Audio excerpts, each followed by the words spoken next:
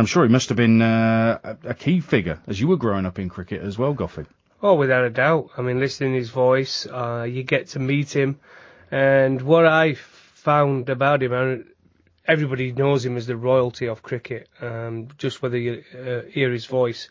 But when you get to meet him, it's surprising how quiet he actually is. He's quite a reserved guy, likes to sit back and watch and observe, so friendly.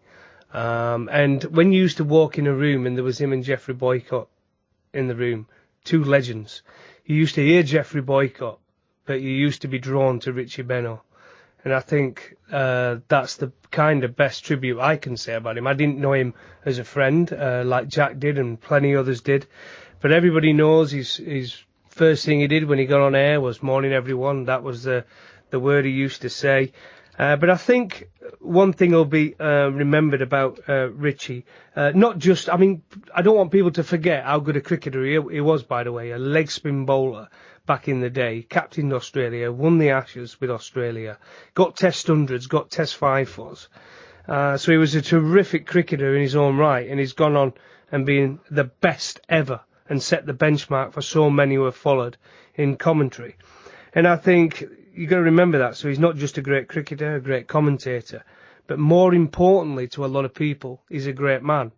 And I think that's the one, if anybody could go through life, that's the one thing they'd want to have, is respect from around the world and everybody to say what a nice man you are.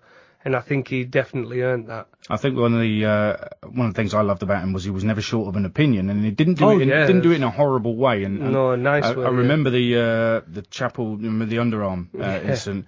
I mean, he was so scathing. I think that was the most scathing I've heard him. But he was absolutely spot on with that. Spot on and fair. Like I said, it didn't matter which country you were from. He admired a player, what player with a smile on his face. And he said plenty of nice things about me over the years, and I totally respect that. Coming from him, it meant so much.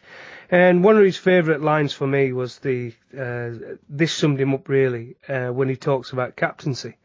I don't know if you heard that one, when he used to say captaincy is 90% luck and 10% skill, and then he paused.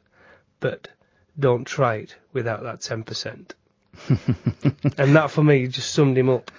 So brilliant. So words from me, it's good night, Richie, and God bless, and see you in the next life. I must be strong.